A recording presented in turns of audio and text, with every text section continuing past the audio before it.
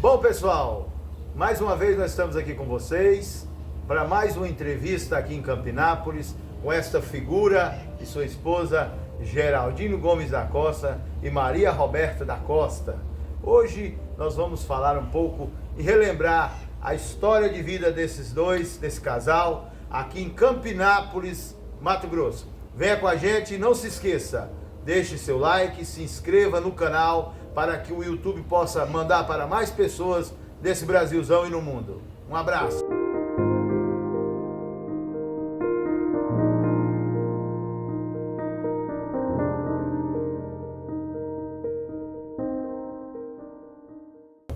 Meu nome é Geraldino Gomes da Costa, sou natural de Guapó, estado de Goiás, e chegamos aqui em Campinápolis em 1975. Filho de Jorcelino Gomes da Costa e Adelina Maria da Costa. Sou casado com Maria Roberta da Costa. Tenho 3 filhos, Orieber Gomes da Costa, Gildásio Gomes da Costa e Glésia Gomes da Costa. E estamos aqui em Campinápolis. Meu pai é de Marzagão, de Corumbaíba, não me engano. De Corumbaíba, estado de Goiás, e minha mãe é de Marzagão, estado de Goiás. Ambos casaram, vieram para Guapó, Goiás, de onde adquiriu família, e eu fui um deles.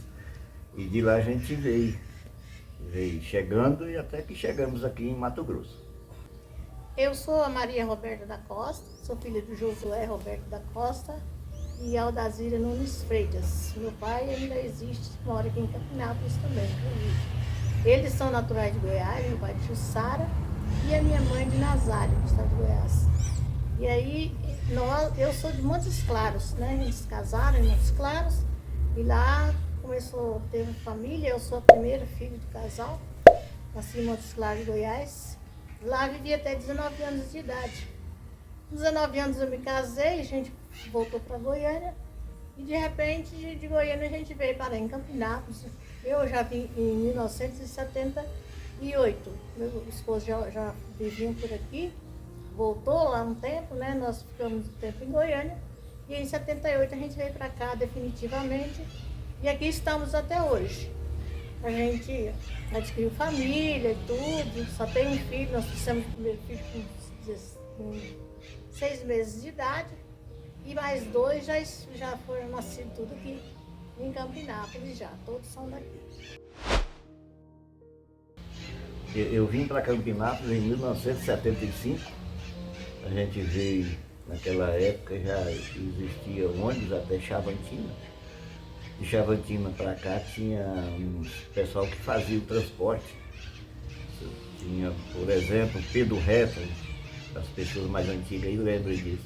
Tinha uma caminhonete, uma C10, então fazia esse transporte aí. E aqui e acolá outras pessoas faziam esse transporte. A gente veio, eu fui morar ali no Jatobá, o Raimundo, meu irmão, já estava lá. Meu pai, minha mãe já estavam ali na beira do Jatobá. A gente ficou aí, atravessou um ano, uma safra. Aí em 1976 a gente voltou, eu voltei no caso para Goiânia. E por lá eu casei em 1977, já lá em Montes Claros. A minha noiva morava lá em Montes Claros. E é onde tinha morado minha família também, morando por lá. Aí a gente ficou lá. Aí continuei morando em Goiânia. Em 1978 decidimos vir para Campinápolis. Quando a gente chegou aqui, então, em 1978, o transporte ainda era um pouco precário, estrada de chão, mas conseguimos chegar e estamos aqui até hoje.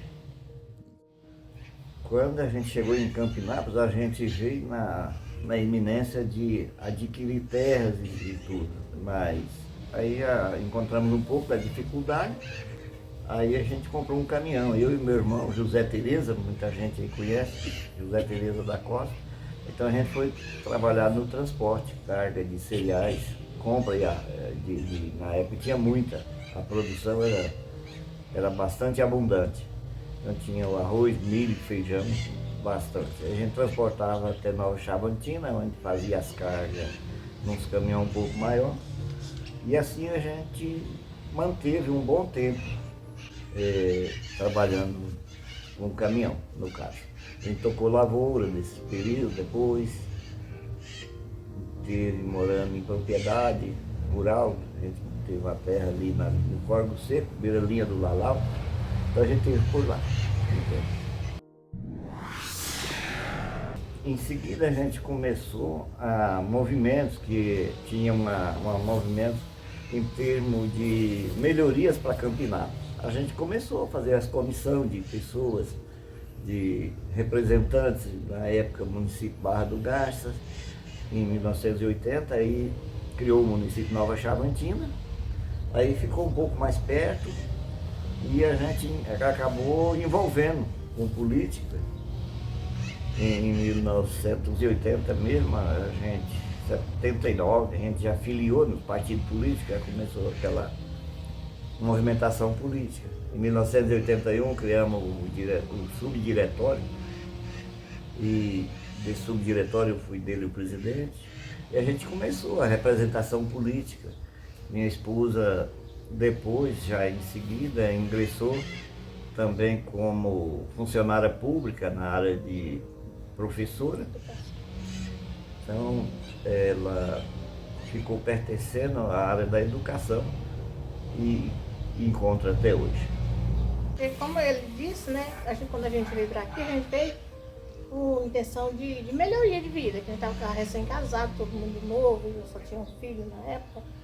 E a gente vem com a intenção de melhorar de vida, né, veio trabalhar, ver o que via, foi para agricultura, para fazenda, trabalhar, fazer colheita de arroz, essas coisas, e ele mexia, trabalhava com o caminhão, e nesse trabalhar com o caminhão a gente conseguiu ir se localizando, entrando, misturando com o pessoal, né, que já veio aqui, que antigamente era uma cidade bastante abundante, tinha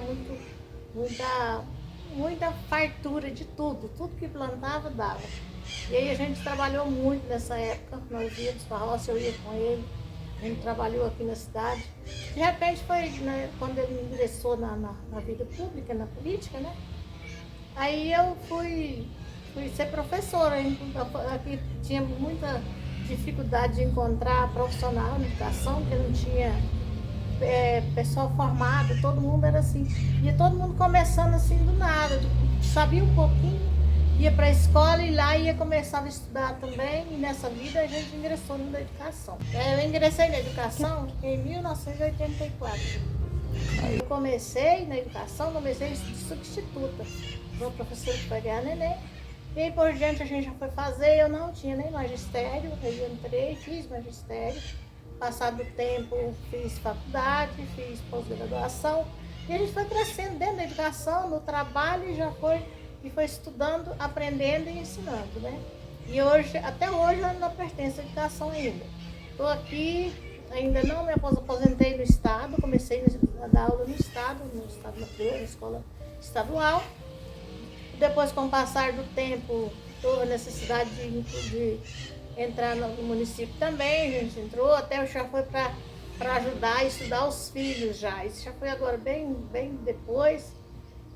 Já fui ajudar para poder ter recursos, que a gente, geralmente, o que a gente pensa primeiro na vida é fazer uma estrutura para depois dar uma estrutura para os filhos. E aí até hoje eu estou na educação. Distrito para município, foi eu que fiz a transição. Lá em 82 fui candidato a vereador por Nova Chavantina, pelo MDB na época. Aí a gente não elegeu, mas teve um bom contexto político, bom entrosamento. E quando criou o município, na criação do município eu fiz parte da comissão, a comissão organizadora, né, que determinava o que vai ser feito, onde vai ser o limite das divisas de município, enfim, a gente acompanhou o processo político bem. E como Chavantina, ainda já teve o subprefeito, o penúltimo, quando criou o município de Chavantina, tinha seu Djalma, que era o subprefeito, o primeiro, depois de transferir o município de Barra, né, que era a mãe, aí virou Chavantina. Aí aqui o subprefeito era o seu Djalma, posteriormente o Jesuíno, E eu fui o último subprefeito de Campinápolis. Quando terminou, aí eu ganhei a eleição para vereador, né? Segundo mais votado na época. E aí fui presidente de Câmara, né? O primeiro presidente da Câmara na época. Então a transição, aquela coisa ali, foi a gente que fez, de subprefeitura para a prefeitura.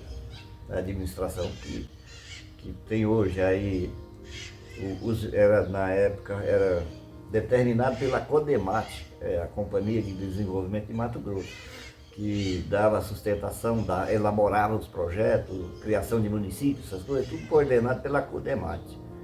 E determinou que naquela época o estado de Mato Grosso criou 24 municípios, sendo 6 aqui no Vale do Araguaia, e desses 6, um deles era Campinápolis. A gente manteve então a criação do município, nós fomos eleitos 7 vereadores, que foi determinação da CODEMAT, que Campinápolis só poderia ter 7 vereadores. Se eu não me engano, foi todos com 7 vereadores, até que no próximo aí fez as alterações legais e assim foi. Aí eu fui Amélio Ribeiro, Antônio Maria Ribeiro, Ovésio Dimas, José Falsi, Manuel Rodrigues Rosa, Jorge Manuel Bernardes e Geraldino Gomes. Foi aí eu fui presidente de Câmara, mas contando que tem muitos comentários, as pessoas às vezes não estão bem informadas, que eu fui o primeiro subprefeito. Não, é o contrário, eu fui o último. Você foi o primeiro presidente da Câmara, né? Eu fui o primeiro presidente da Câmara e de vereador de Campinápolis. Bom, pessoal, quando a gente chegou a Campinápolis, logo depois, em seguida, começou a criar, as festas já existiam, barraquinha, muita barraquinha, o pessoal vinha para participar, novena, 9 dias de novena, né? Então quem era o festeiro da época, aí ele convocava os noveneiros, tanto, e assim ia, cada ano era um festeiro diferente, de uma festa já tinha outra, e assim seguia a festa da igreja católica, nesse caso. E foi crescendo tanto, passou que criaram a festa da banana, festa feijão e banana. Mas o que dava um sucesso a banana, olha os tamanhos do cacho de banana. E ali trazia artista, trazia chope, os barris de chope. A festa da banana era o seguinte, você sabe que na cidade, assim, geralmente gira em torno da escola, educação, que tem gente, né? Que tem povo, é educação. Então eles faziam a festa da banana para mostrar mostrar a cultura, mostrar as coisas que tinham, as frutas, tudo enquanto é coisa que tinha de alimentação e tal. Aí eles usavam a escola, os professores, os alunos e tudo, e a cidade em volta, todo mundo, os agricultores, todo mundo que vinha para poder fazer. E fazia aquela festança, mas era festa mesmo. Eles cercavam quadra ali, aquela primeira festa da banana, eles cercaram aquela quadra da igreja todinha lá, e fizeram um salãozão aberto, sem cobertura, fechou só em volta, para poder festar. Era gente demais, muita gente. Tinha barraquinha, desde a igreja aqui até na outra esquina de lá, cheio de gente. O pessoal de fora vinha, mas vinha mesmo, porque que era interior. No interior quase não tem diversão nenhuma. Aí todas as festas que faziam era festa grande demais, rodeio, tudo era festa badalada, porque aqui não tinha nem televisão, não tinha nada. Quando fazia uma festa, o povo da região vinha tudo. E ali era festa para danar. Fora das festas das bananas, aí tinha os clubes, né? Do outro lado ali tinha um clube do Ranchão das Velhas. E ali tinha o sanfoneiro, né? Chamado Baianinho do Regaço.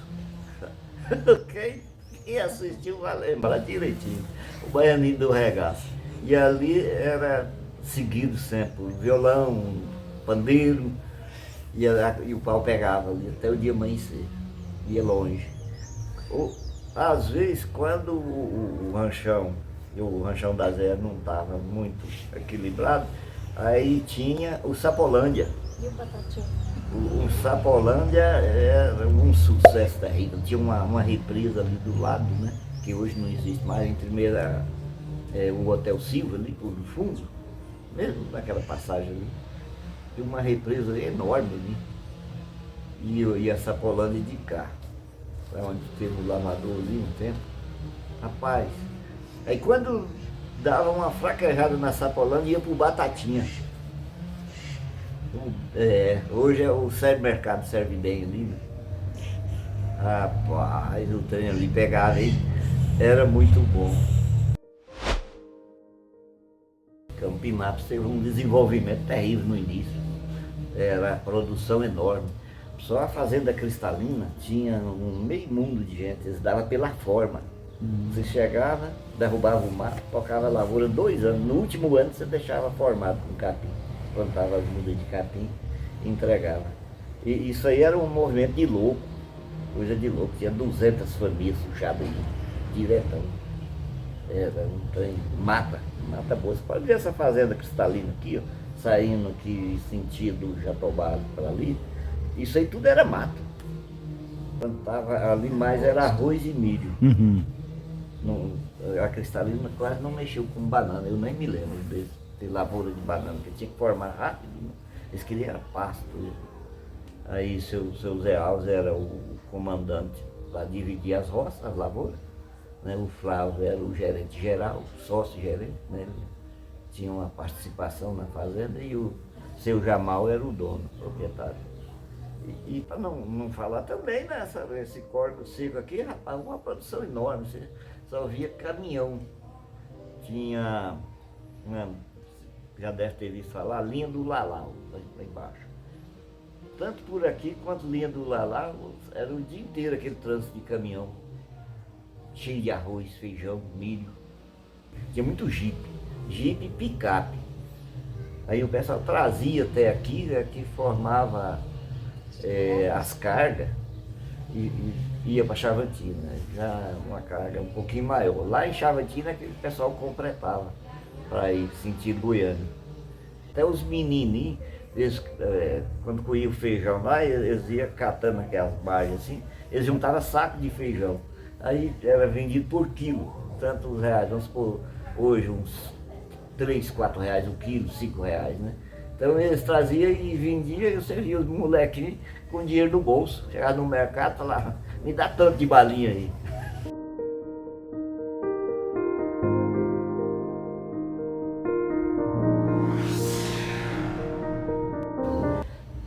Campinápolis foi localizado numa área bem próxima à área indígena. Então, eles movimentavam antes, tentaram criar um povoado lá na beira do Crueno, né, que é o Novo Paraíso. Parece que por lá não deu certo, sei que desapropriaram os brancos lá e aí foi desparcelando.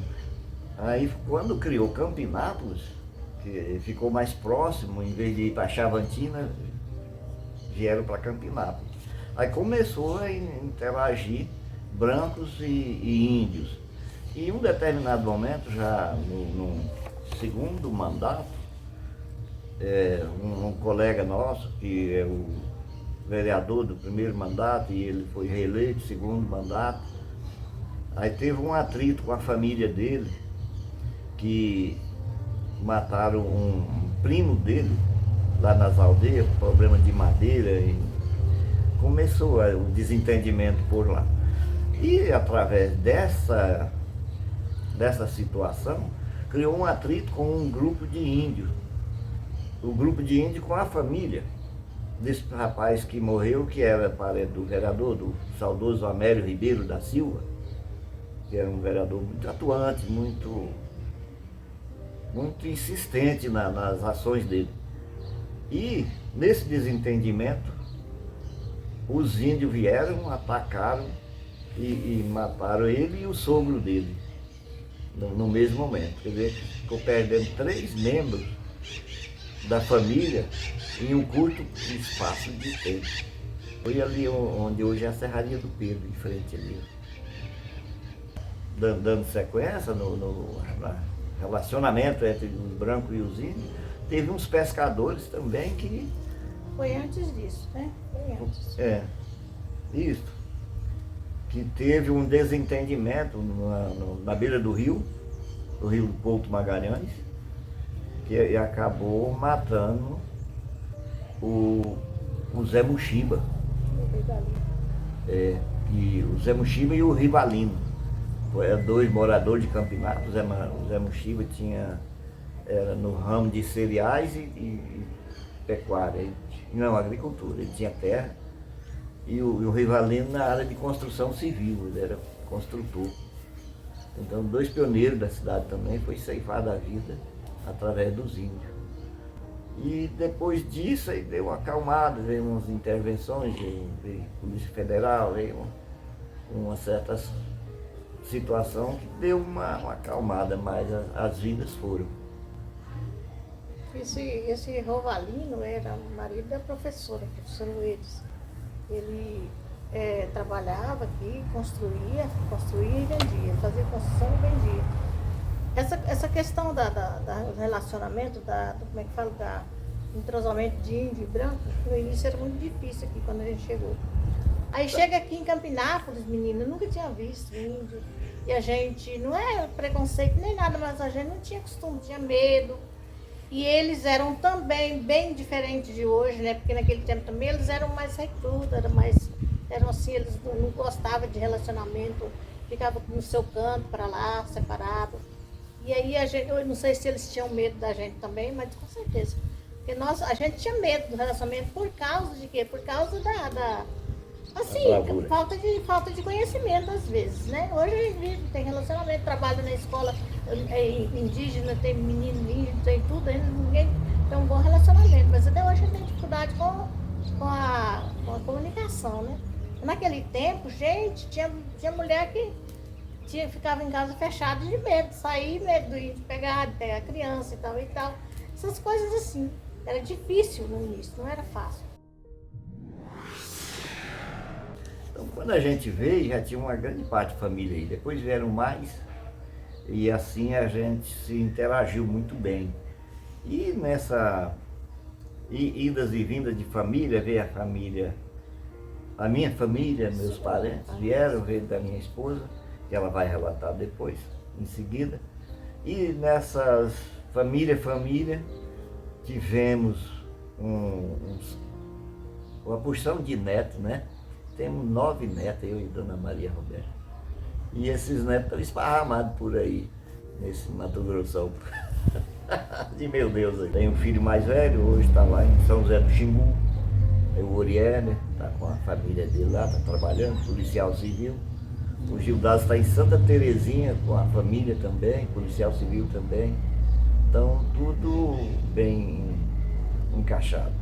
A Glésia está em Lucas do Rio Verde, com a família também, na área da educação, professora, e assim por diante. Aí... Dentro desses filhos também nós temos 9 netos, né? O mais velho tem 4 filhos, Penélope, a Olga Mariana, a Gabriele e o Tristelene. O segundo, que é o Judásio, tem a Vitória, o Luiz Fernando aqui e o Eduardo. E a menina mais nova tem 2 filhos, que é o Thales e o Ravi. Foi descendo a escada, 4, 3, 2. E aí fechou.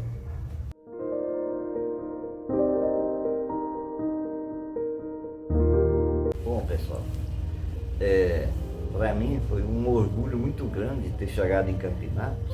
O pessoal da época recebeu a gente com muito carinho, com muito amor. E a gente foi interagindo. E hoje eu tenho orgulho de morar em Campinápolis.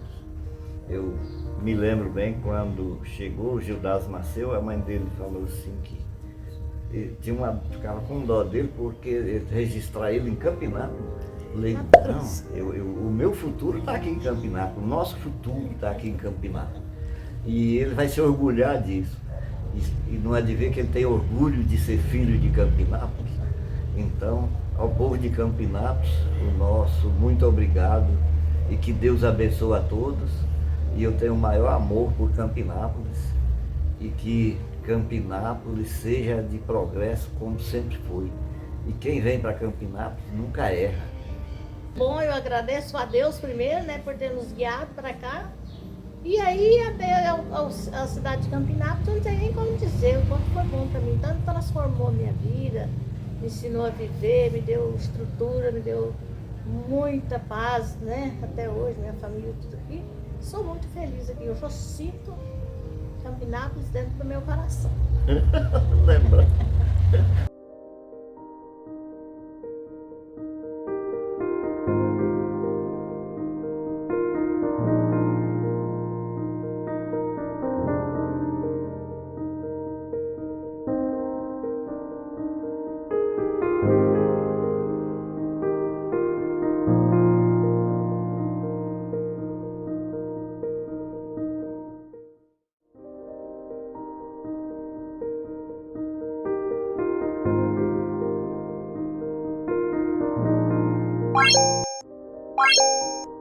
Thank you.